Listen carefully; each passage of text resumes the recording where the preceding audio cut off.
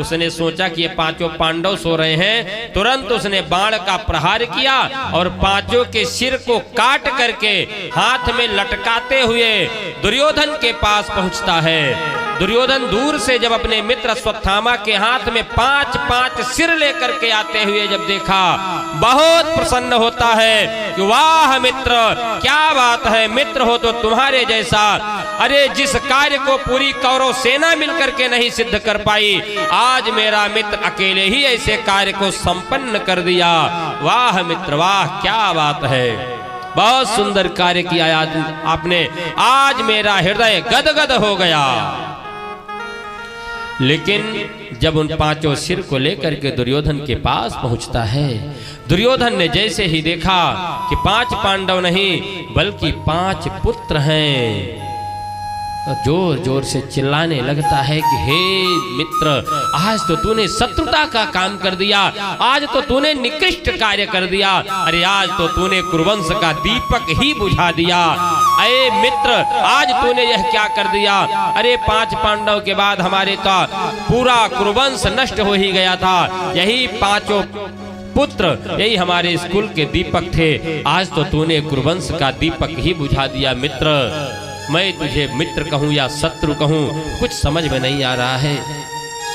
आज दुर्योधन को सुख और दुख दोनों एक साथ हुआ है, बहुत पीड़ा हुई है उसे, और यही सोचते सोचते उसका प्राणांत हो जाता है, क्योंकि उसको यही वरदान प्राप्त था कि जब तुझे सुख और दुख दोनों एक साथ होगा तब तुम्हारी मृत्यु होगी। अश्वत्थामा पछताने लगा, अब क्या करूं, मेरे द्वारा तो अपराध हो गया। और इधर क्या होता है,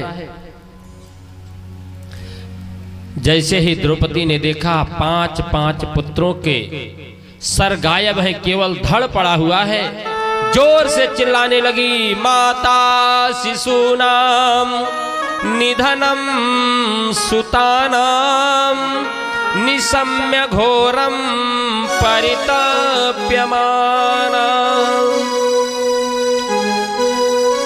जोर से चिल्लाने लगी, क्योंकि एक बेटे का दुख एक माँ ही समझ सकती है कि आज उसके हृदय पर क्या बीत रहा है, जिसके 5-5 पुत्र मरे हुए पड़े हों और उनका किसी का भी सिर ना हो, सबका सिर गायब हो।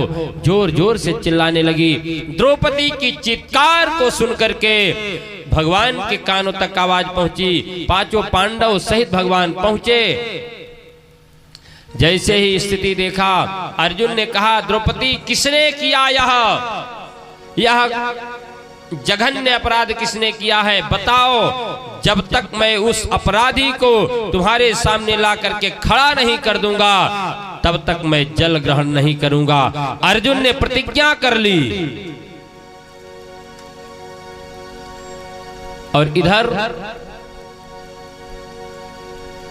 अश्वत्थामा ने जब सुना कि अर्जुन ने प्रतिज्ञा कर लिया है और बाणों की पहचान हो गई, अश्वत्थामा के बाण थे, तुरंत भगवान श्री कृष्ण रथ लेकर के आए और अर्जुन उस पर सवार होकर के भगवान श्री कृष्ण अपने रथ को इतना तेजी से दौड़ाते हैं कि ले जाकर के अश्वत्थामा के पीछे लगा दिया। पहले तो अश्वत्थामा जोर जोर से भागने का प्रयास करता है, लेकिन जब नहीं भाग पाया, युद्ध करने लगा, युद्ध में भी जब हारने लगा, तुरंत उसने ब्रह्मास्त्र चला दिया। जैसे ही ब्रह्मास्त्र का प्रयोग किया, अर्जुन ने कहा, प्रभु अरे इतने तो ब्रह्मांड जलाने के लिए ब्रह्मास्त्र का प्रयोग कर दिया है, अब पूरा ब्रह्मांड जल रहा है, प्रभु कल्याण कैसे होगा। भगवान ने कहा, अर्जुन विष की औषधि विष ही होती है, इसलिए अब तुम भी ब्रह्मास्त्र चला दो, क्योंकि तुम्हारे गुरुजी तुम्हारे ऊपर इतना कृपा किए हैं कि तुम्हें चलाना और लौटाना दोनों बताए हैं, लेकिन इसको केवल चलाना बताए हैं, लौटाना नहीं बताए। इसलिए ब्रह्मास्त्र चलाओ। दोनों ब्रह्मास्त्र आपस में टकराने लगे तो उनको अपने पास बुला लेना। अर्जुन ने यही किया, ब्रह्मास्त्र चलाया, दोनों ब्रह्मास्त्र टकराने लगे, उनको अपने पास बुला लिया। अब अश्वत्थामा को पशुओं की तरह बांध करके तथा हृतम पशुवत पाशबद्ध अवाङ्मुखं कर्मजुगुप्सितेन निरीक्ष्य कृष्णापकृतं गुरुः सुतं वामस्वभावा कृपया ननाम च।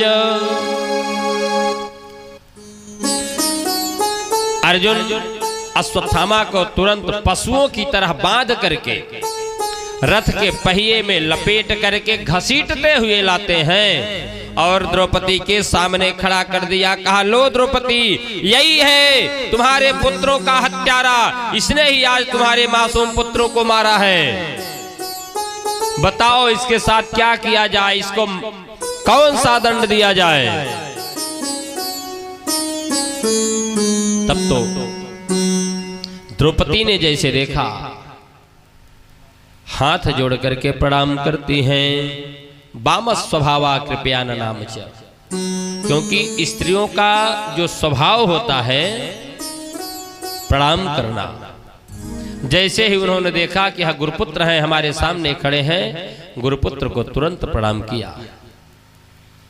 अर्जुन ने कहा, अरे देवी क्या बात है, अरे ये तुम्हारे पुत्रों का हत्यारा है, इसने ही तुम्हारे सोते हुए बच्चों को मारा है, इसने ही उनका शीश काट करके ले गया है और तुम इसे प्रणाम कर रही हो।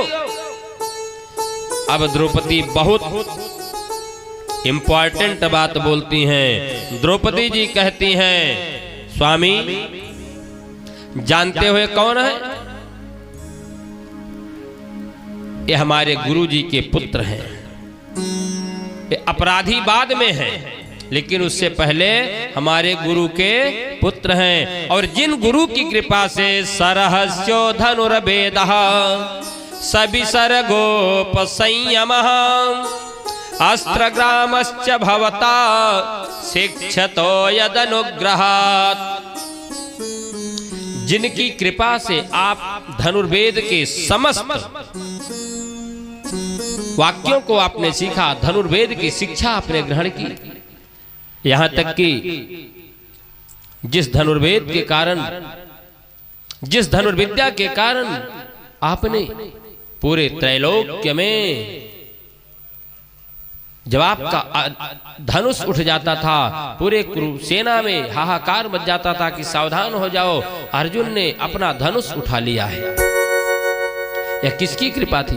आज आपने महाभारत जैसा रण जीत लिया, यह गुरुदेव की कृपा है। और आज स एष भगवान द्रोणः प्रजारूपेण वर्तते। आज ये प्रजा के रूप में, संतान के रूप में, पुत्र के रूप में स्वयं साक्षात द्रोण ही है हमारे लिए। क्योंकि आज गुरुदेव भगवान जब नहीं हैं तो गुरु की जगह पर गुरुपुत्र ही हमारे गुरु हैं। मैं मानती हूं कि इन्होंने गलती किया है, हमारे पुत्रों को मारा है, लेकिन इसके बाद भी आप यह मत भूलिए कि ये गुरुपुत्र हैं और एक ब्राह्मण है। ब्राह्मण को मारना नहीं चाहिए, क्योंकि आज हमारे पुत्र नहीं हैं, लेकिन हमारे 5 पति हैं। मैं उनके सहारे अपना जीवन यापन कर लूंगी, लेकिन हमारी गुरुमाता का क्या होगा, जिनके पति पहले ही मर चुके हैं, इस युद्ध क्षेत्र में वीरगति को प्राप्त हो चुके हैं। आज अगर उनका बेटा भी मर गया तो किसके सहारे गुरुमा रहेगी? इसलिए स्वामी इनको छोड़ दीजिए। जब इस तरीके से कहा तो अर्जुन भगवान की तरफ देखते हैं, स्वामी कहिए आपका क्या विचार है?